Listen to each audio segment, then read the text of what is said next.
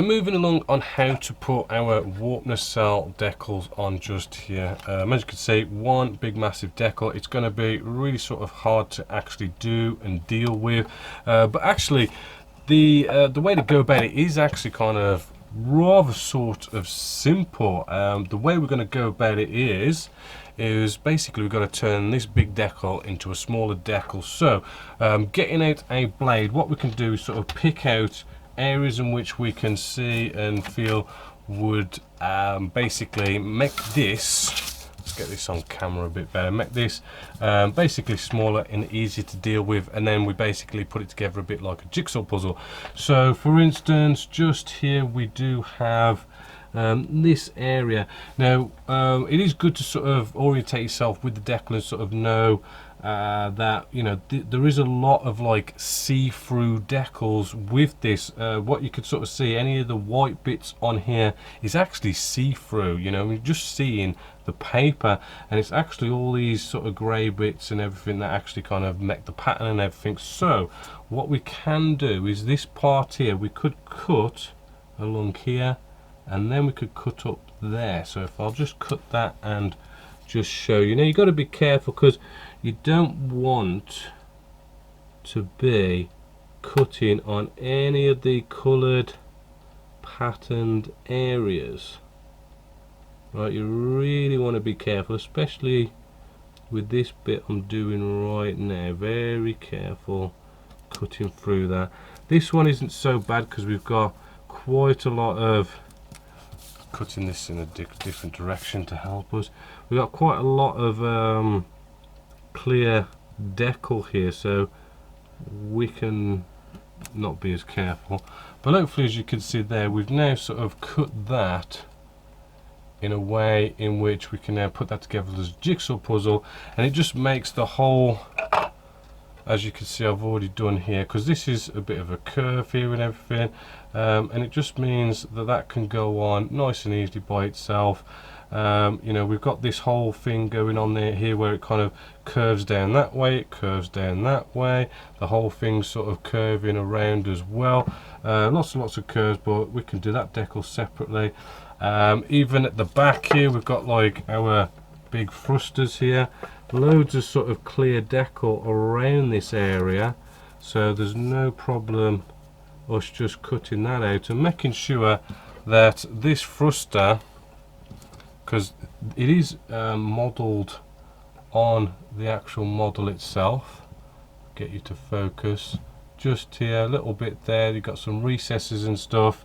We can actually get that thruster now perfectly in there and not having the whole decal dictate where this fresh thruster goes. We get it spot on every time, and you can even cut it down even more if you wish, go as far as you kind of feel comfortable. I mean, obviously the bigger the decal you put on, the less work you kind of have to do, but you need to sort of be confident with decals. I personally will probably put the rest of that decal on by itself after getting the ends cut off. Just makes it a little bit easier, but you could sort of, if you wanted to, you could cut all the way down the middle there if you so wished. Actually, do you know what, I think I remember, actually on the other one I did actually cut out this blue part as well. I actually kind of went all the way along there, so I actually kind of put this blue part on top separately as well, because if you also look at it, there's quite a big sort of dip in the shape, and these sort of big dips in the shape and everything can sort of hinder the decal going on. So I do remember now I did cut that the blue part out there as well, and then the basically I cut it into 4.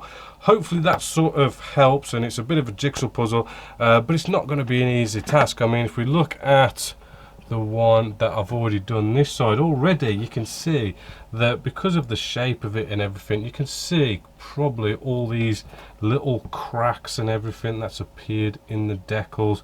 You know, it's just one of these things. The decals are horrid, they are hard to work with, but we're going to have to work around this. I mean, all sorts of like you know, painting in, a bit of weathering and stuff. We can get rid of these cracks that have appeared and stuff, and any other little bits and bobs. The same with You know, we've got cracks on this bit of a phaser array just here as well. We need to sort of kind of slightly touch that up with paint, maybe a bit of weathering just to hide the cracks, but we've got to get it all done first. So now I'm going to go off. Oh, sorry, I forgot to mention, you know, we've cut these up and everything, but the process of like putting these decals down is just everything that I've already just shown you, so there's no point in me showing you all again.